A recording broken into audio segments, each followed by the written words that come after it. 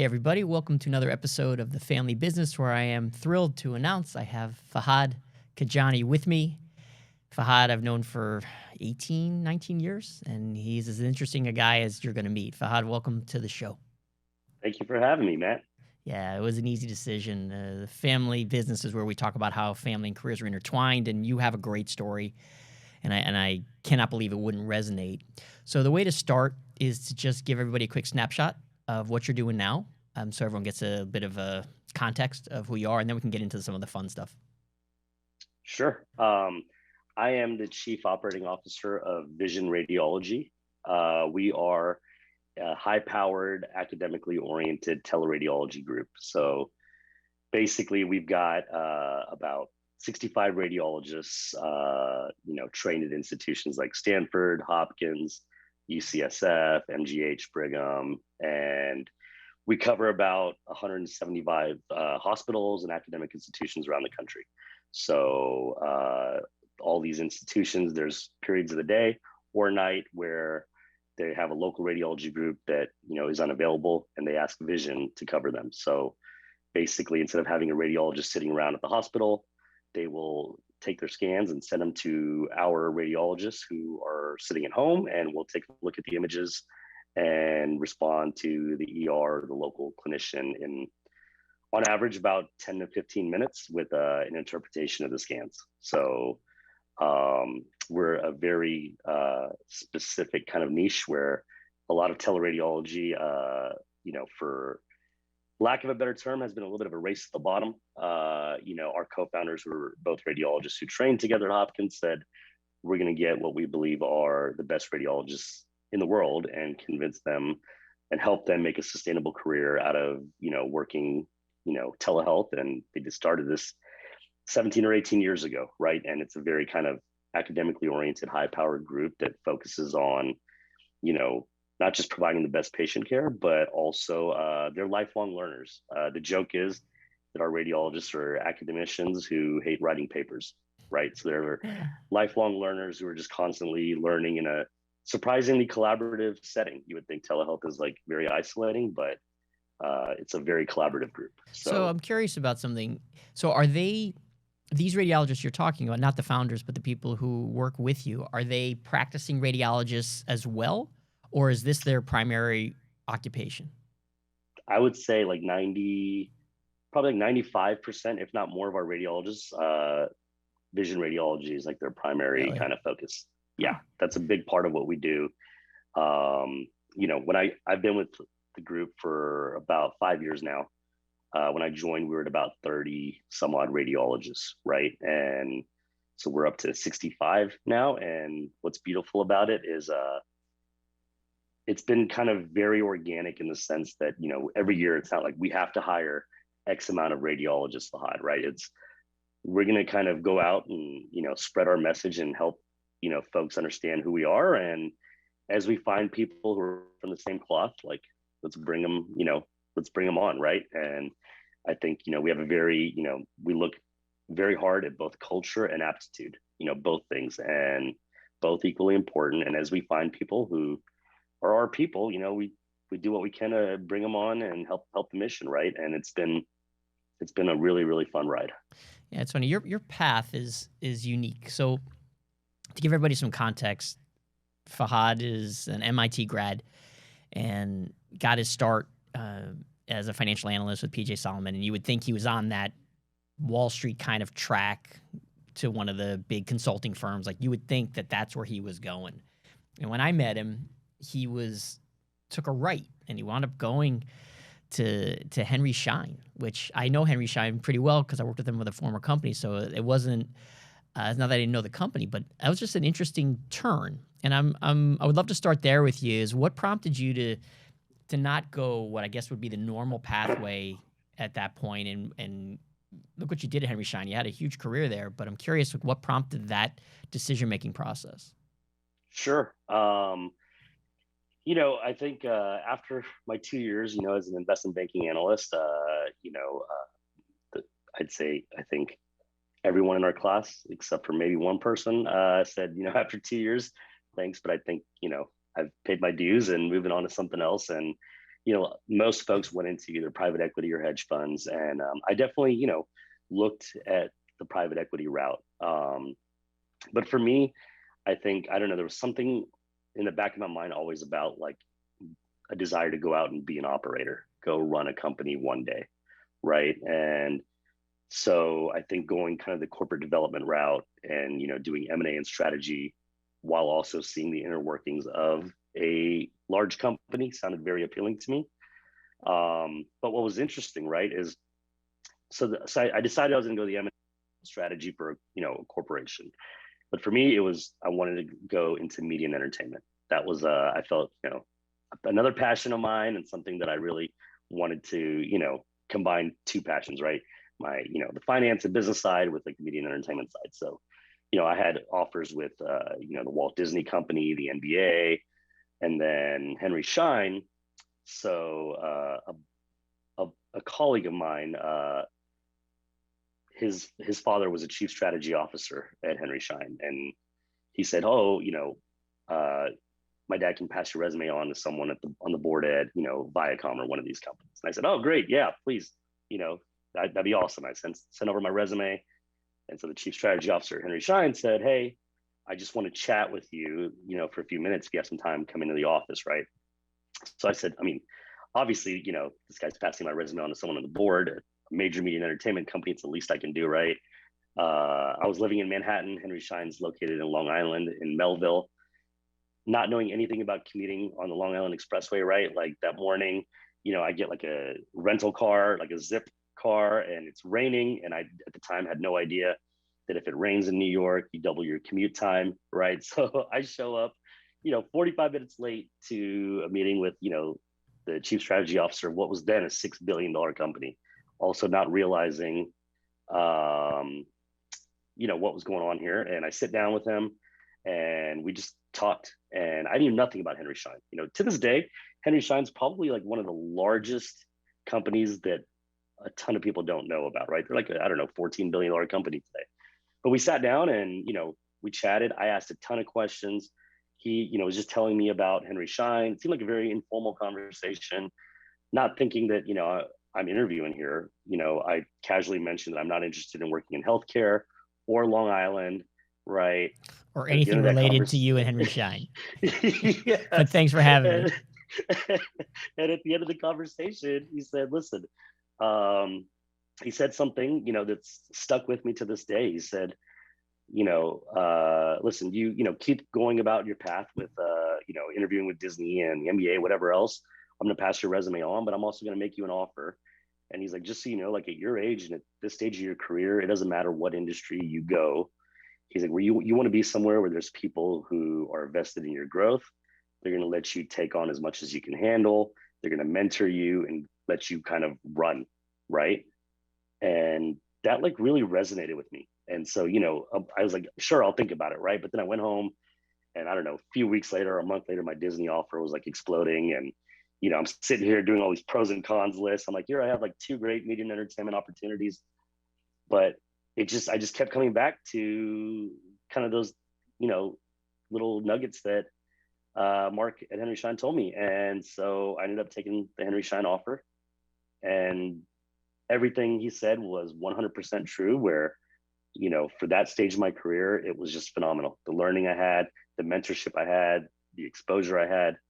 And I also ended up falling in love with the healthcare space, right? Here I am, decades later or whatever it is, still, deep into healthcare. And so it's just a very fortuitous kind of set of circumstances. Well, the ripples that happen when you expand your circle and you ask people to help you, to send your resume here, you talk to a classmate, whatever. I mean, it's amazing how influential someone handing your resume to someone else it does. I don't know.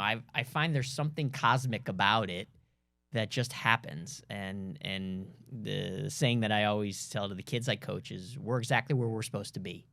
And this is how this thing works out for you. So I'm going to ask you a tough question. What do you think it is about you? Because I noticed this too, that you could tell at an early age that Fahad Kajani, if we want to go third person, it has this enormous runway and potential. Like, do you see it? Or is it just one of those things where you're too close to it and you're like, look, I don't know, just I'd love to work with you. And I don't know what you're talking about all this extra stuff. I'm just Fahad. You know, that's a really good question. So I'm just gonna ramble around a bunch of different things that come to mind, right? And maybe we'll arrive at an answer to your question, right? Like, I think first of all, I don't think I've always thought that or felt that way. I think for me, kind of a big chunk of my success has been, I think, coincided with just, I think, an ability to connect with people and a love for people, right? And every career move I've made, it's all been tied to the people. Even, my decision to go to MIT, right? Like everything kind of, there's someone involved where I just connected with, right? And I think, when I took the job at PJ Solomon, they were a boutique investment bank, right? Focusing on M&A in the healthcare and consumer goods and retail spaces. And, I had opportunities with some of the, larger banks. But like when I went into Peter Solomon, like I was actually in town to New York for a final round at another bank. And they brought me in and one day, like I ended up interviewing with like 7 or 8 people and they made me an offer that day. And I just connected with them. I said, these are good, sincere people, right? And I think every path I've taken and every decision I made, it's been people I feel like I trust, who I would enjoy working with, who I would get along with, right? And so I think that is a big part of kind of my success, has just been the ability to have a good, sixth sense on people and just finding myself like with the right people. And then I think with time, as people, I think, saw it in me, that I started kind of building that confidence, right? In investment banking, it was a beatdown, right? Like, well, I'll even, track backwards, right? MIT, right? I was a finance major, right? Which, the joke, right, at MIT, right, would be the engineers, the hardcore engineers, even though I had to take more engineering classes than I ever would have, imagined, right? It's, oh, the finance majors, right? Like that's the easier route, right? And, for us, the joke would be the finance folks had a, t-shirt that said, MIT course 15, that's a finance major, or the business major. On the back, it said, you will work for me, right? Just all fun, like undergraduate college stuff, right? But, MIT was like a beatdown in terms of, I really had to earn my stripes and bust my tail to, through my undergrad years. And then you go and invest in banking where, you're doing anywhere from 80 to 120 hour weeks, right? And you're really kind of earning your stripes, but like the skill set I gained there was like unbelievable, right? And I think that just set me on a trajectory, and seeing it, like my ability to succeed there, I think gave me a lot of confidence going into what I did next, right? And then at Henry Schein, right, like all that mentoring and what they saw in me, right? My first supervisor, at Henry Schein, a guy by the name of Anthony, right? He was so awesome where, I'm in your 20s and, we're working on an acquisition. It's like a small deal relatively for Henry Schein, right? So he's like, go handle this, right? You handle the negotiations or whatever. And as a 20-something-year-old, coming out of investment banking where, the senior folks handle a lot of that part, I was like, whoa, are you serious, right? But then like, now looking back, 15 years later, I'm like, oh yeah, obviously like that deal was like, tiny for them. But for me, it's like, as a young kid, fresh at the company, he's like, go, here's what you need to accomplish on this deal. And so I just kept learning, right? And I kept learning. And as I kept learning and succeeding, or not failing, whatever you want to call it, right? Like the confidence just kept building, I think. And then there's a common denominator here that you're not seeing or you don't want to see because you don't have that big of an ego, but it's a certain level of openness that you have. Like when I first spoke to you the first time, I just remember we were laughing a bunch and you said to me, I don't know if you remember this, but I'd never heard this slogan before because I'm a little older than you. You said, you got jokes. I'm like, I got jokes? I don't even know what that means. I think that means something positive. And we were just cracking up we were making fun of something. I can't remember what it was, but you and I have a similar personality. And you just said you got jokes. So I'm like, this is my kind of guy. I'm going That to is be close so with this guy funny. for a long time. And here we are 15 years later. But it's a certain level of openness. And I've believed in this, and that's partly why I love recruiting is if you share, they'll share. And you always have been just an open book, whatever's going on in your life, whatever's happening personally. And so, believe it or not, there's something unique about you that you don't know. Of the thousands of people that I work with, only one person has a song. And you do. Whenever I'm about to dial you, I always sing this thing. I always go, Fahad, Kajani. And like you're a talk show host. And I don't sing for anyone else, but as I'm dialing, I do it every time. So now you have a jingle. But Why it's am I just only hearing this now? Like, I don't know. I I could meant use to these tell you, but confidence I've been doing boosters, this for man. years. Every time someone says you're on the phone or I dial you, I do the jingle. And I don't know, something about your name just kind of works. I don't It's know. funny. It's bizarre, but there it is. So what I would love to hear is how this is all intertwined with your family, because you have a unique family situation, kind of a add water and have instant family. So if you wouldn't mind taking us through just in a couple minutes about how this all started and how you decided to all of a sudden jump into the family in the middle as opposed to doing the traditional route. Sure. So I think it was 20, I shouldn't say I think it was 2017. And I was a bachelor living in downtown Dallas, right? And a buddy of mine who had become, excuse me, a buddy of mine who is a good friend, who had become a good friend over the previous few years, right? Asked me one day, he said, how would you feel about, dating someone with 2 kids, right? And I said, well, that's not necessarily on my bucket list, right? But I think for the right person, I'd consider it, right? I'd be open to it for sure, right? And I think, I was at a point in life where I really understood kind of who I am, what I'm looking for in life, right? And so, I truly believe that. I said for the right person, I'd consider it. Look, in hindsight, I don't think I fully understood what, having 2 kids fully meant, right? Until I really got in there. But and this buddy said, well, one of my best friends, Samantha, she's recently divorced and she has 2 very young kids. Her daughter is, I think at the time was like maybe 3 or 3.5 years old, and her son, or our son, right, like was I don't even know if he was a year old, right? And he said that sung her praises and said, she's one of the most incredible people I know, and he knew me really well, and he just said, I think you guys would, be a great match, right? And so, I said, look, I'm definitely open to it, right? So you let me know, right? What I didn't know on the other end is when he told Samantha, she got very upset at him and said, are you out of your mind? Like, I'm not, I've got my hands full here or whatever. I'm not trying to, date some guy right now, some friend of yours. But then it turns out that the 2 of us had about 35 mutual friends in Dallas that we had never met in all this time. And so she saw, while she was a hard no initially, she was curious, right? So she said, let me look this guy up, right? And then, she saw, the dreamboat that I am, right? And so I'm gonna let that one go.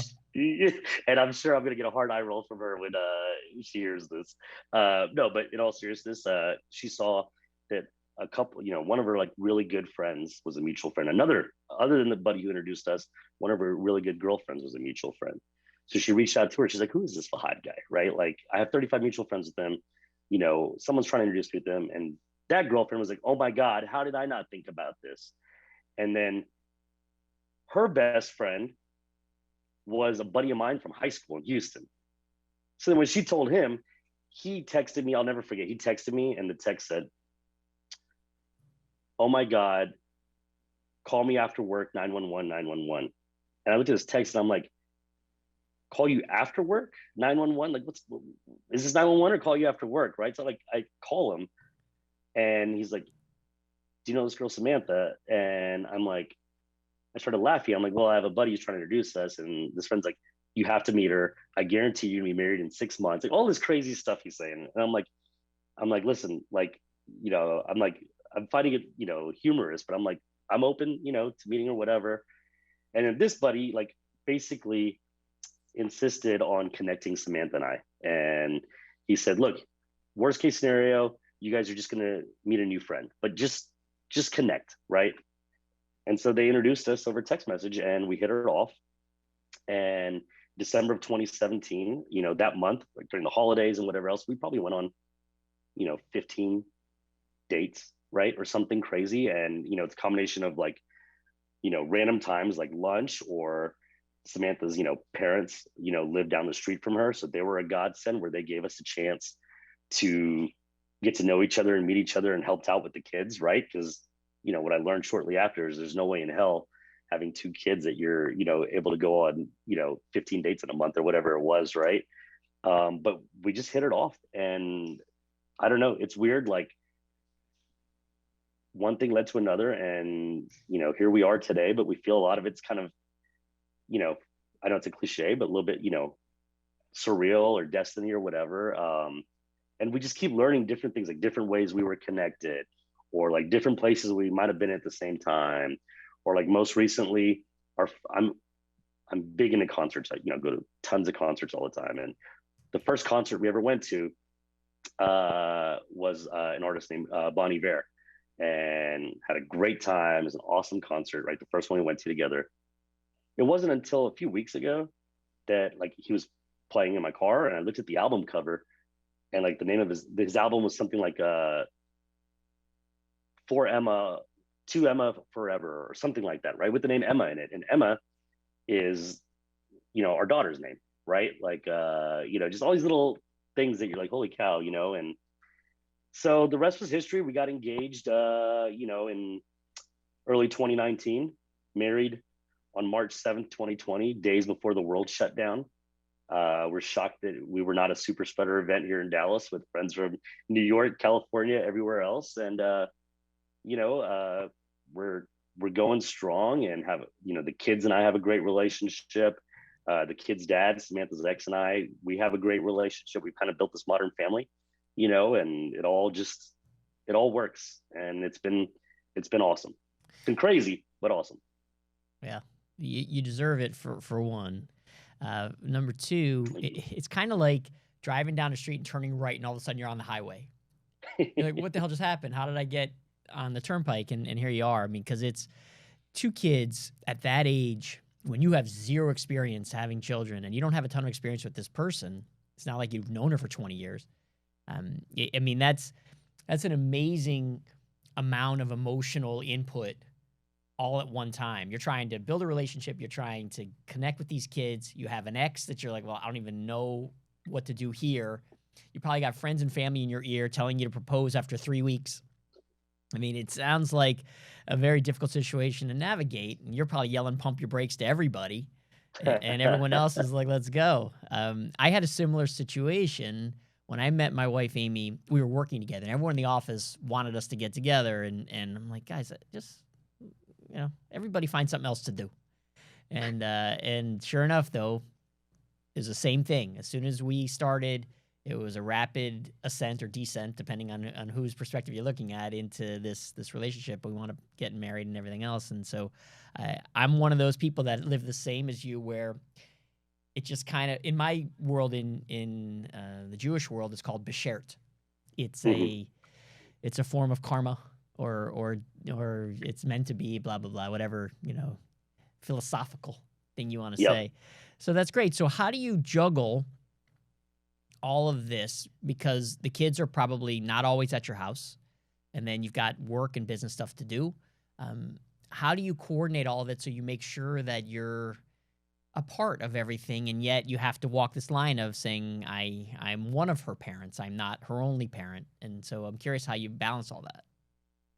So, I mean, Samantha is really, at the epicenter of all that, right? Since day one, right when we were dating, she was very much like, I'm not, looking for you to, if you're going to do this, and I want you to be in it, right? And be, an equal parent, with, the kid's dad and I, right? And so she just makes the whole operation go around, right? The kids are with us, typically, 12, out of every 14 days or something, right? But like their dad is actively, involved, and we're all right through this modern family that we've created, right, together for plenty more than like, you would imagine, right? And it just, she's kind of at the forefront of keeping us organized and making it run, right? And I think it's a lot of feeling your way in, right? So in the early days, right, it's like, it doesn't make sense to jump in too much, right? Like one, Samantha and I are still figuring each other out. The kids are like, who is this guy? And you're not, introducing, me as like, hey, this is going to be your stepdad, right? Like, it's building my own kind of rapport with them. And it's really, Emma, who was 3.5 at the time, who kind of dictated the pace of our relationship, right? We were very cautious and, wanting to like not, do anything, too soon or too fast.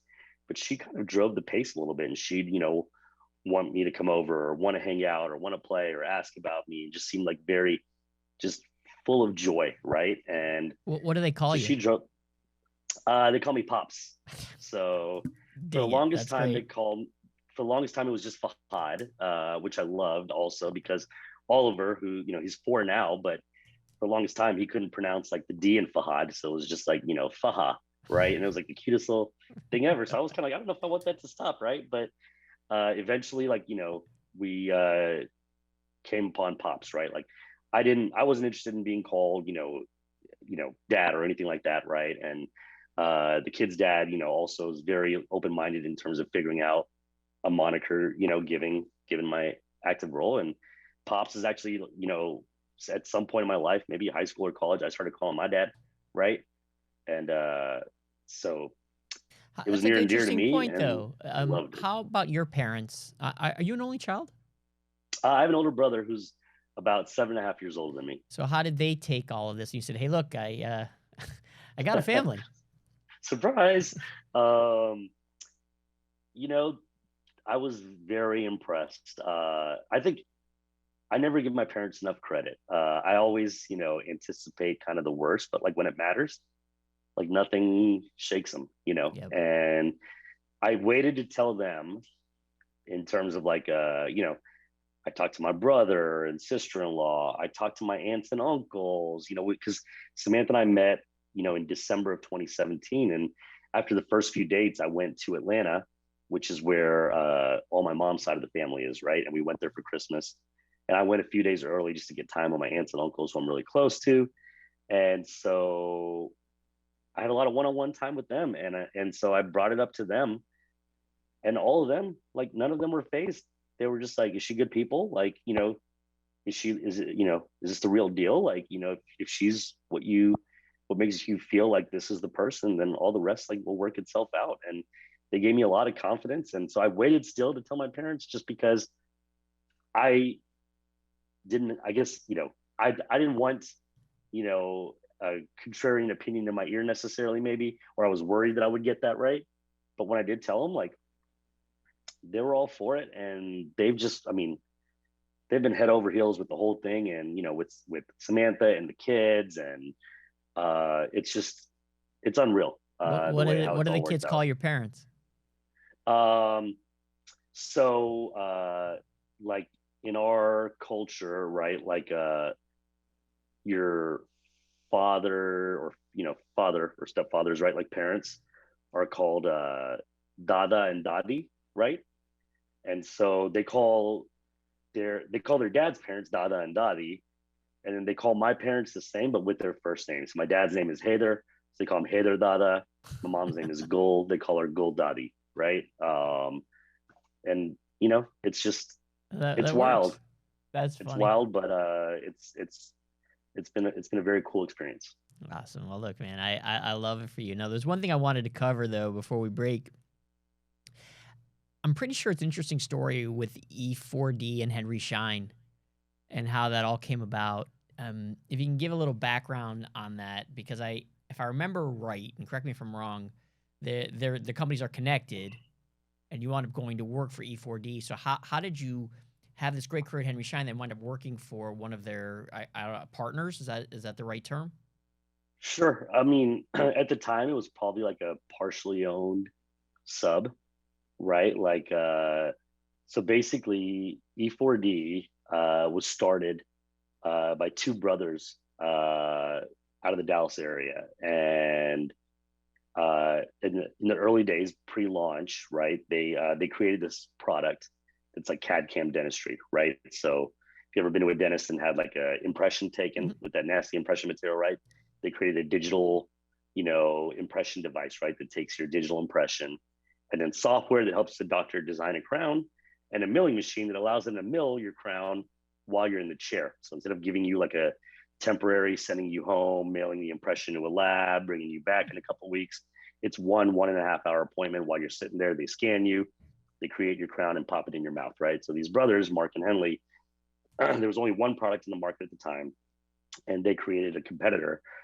And Henry Schein didn't have access to this product. And so Henry Schein, 3M, and this company out of Liechtenstein called Ivoclar, the three of them invested in E4D. Basically, 3M and Ivoclar are materials companies, right? So they make the ceramic blocks that you would mill the crown out of, right? Henry Schein's a distributor. So these three, multi-billion-dollar companies said, we're all going to pitch in and invest in this company as equal shareholders. And I ended up working with them when I first moved to Dallas in 2009. I was still an Henry Schein employee, but helping kind of with the launch of the product on the sales and operations side. Because in my M&A and strategy days in Melville, I realized that there's a disconnect between the folks kind of, in New York and the boots on the ground a little bit, right? So I wanted to get in the weeds of operations a little bit. And so I moved out to do that. That was back in New York. And then I had formed a good relationship with the brothers who founded the company, and there was going to be a need for someone to help them with kind of one of the investors was selling and a new investor was coming in. So I joined them. And so I got Henry Schein's blessing to come do it, right? And it was still in the family. That's where I wanted to go. So how do you have that relationship or that conversation? Sure. You go, hey, look, I'm going to do something that's kind of an unwritten type of thing that I'm not really supposed to do.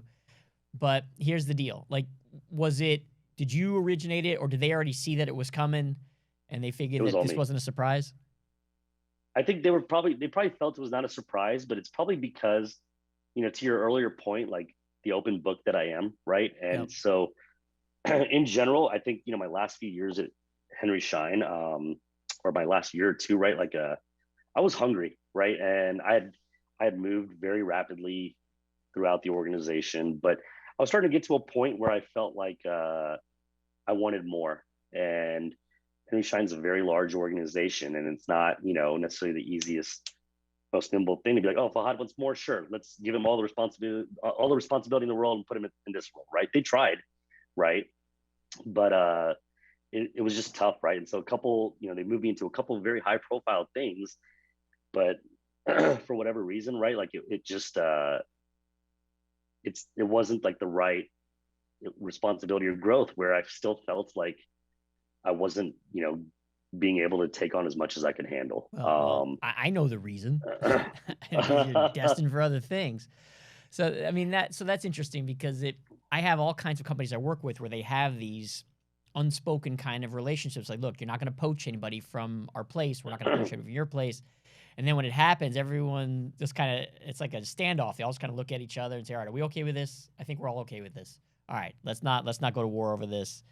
So it seemed like it was amicable, like nothing out of the ordinary. Yeah, because they had known, right? I was constantly speaking with senior management about my desire for more. And in my eyes, this was a way to keep me in the family still, instead of going completely out of the family, right? This still kept me in the family as a partially owned subsidiary of Henry Schein. And I wanted to stay in the family at the time, right? And so they weren't like enthused, like, yes, please go, like we would love for you to do this. But, I think in their eyes at the time it was better than the alternative, right? And I helped out a ton, with a very critical subsidiary that they had, right? But ultimately, I think for me, Other piece of great career advice I ever got was from that first supervisor at Henry Schein Anthony was your professional kind of landscape and your decisions, right? Boil down to three buckets: joy, meaning, and wealth. And everyone thinks about these things, but when you're thinking about your professional situation or an opportunity, you're going through 1,000 thoughts, and most of them can boil down to those three buckets. And so by forcing yourself to boil them down to those three buckets, it really helps you get a clear picture of like where you're lacking, where your cup overfloweth, right? And when you're comparing two different opportunities, you can kind of synthesize it a little better, right? So for me, ultimately, I felt like I was lacking in the meaning bucket, right? And E4D the hope was that would get me, to where I wanted to be. But then ultimately, a company that's, where its investors are equal partners, three multi-billion-dollar companies that are competitors in some spaces, but also collaborators in some spaces. It was just a little bit of a recipe for disaster. And so the meaning I couldn't really find there either, right? And so when Vision came along, it was a no-brainer for me, and that meaning bucket has gone sky high now. Yeah, no, I know you're making the most of this opportunity. All right, so here's the final question that I've been thinking about since you started talking about concerts early in the year. Everyone has a concert that they're not really proud of that they were at, or one that's just completely outside of what you would expect them to be into. Like I've seen Britney Spears, I've seen John Mayer 2 or 3 times. My wife is enormous fans of these people. This is not my choice, but I've seen multiple shows of these folks. I saw Fergie in concert. So you got to have one that you're either it's a guilty pleasure or it's one that someone dragged you to. Okay. That's a really good question. I think I know my answer. I have an obvious answer, but I'm just making sure there's not any other good ones that I'm leaving out, because I've been to so many that it's definitely a possibility. Yeah, I think I'll go with it. Most embarrassing concert, hands down. I went to a Maroon 5 concert at Madison Square Garden, and it was embarrassing because it was, 22-year-old Fahad, a 22-year-old buddy of mine, one of my coworkers and his wife, and then the rest of Madison Square Garden was, 15,000 teenage girls, there to see Adam Levine. And my buddy Neil and I, we we're like, yeah, we'll go, we're down for anything. And then we went, we're like, oh, so it's us and 15,000 teenagers who are giant Maroon 5 fans. We weren't giant fans, just to be clear, but that one we definitely felt a little, sat in our seats a little bit, hunched over a little bit. Yeah, the Britney Spears concert I saw was unique. She had just come off of her very traumatic kind of break from everything, and she was all over the press, and this was her first concert back. She looked like she didn't even know what stage she was on. I mean, she literally was like being put into certain spots for the choreography. And here's the crazy story. My wife had found out there was no encore.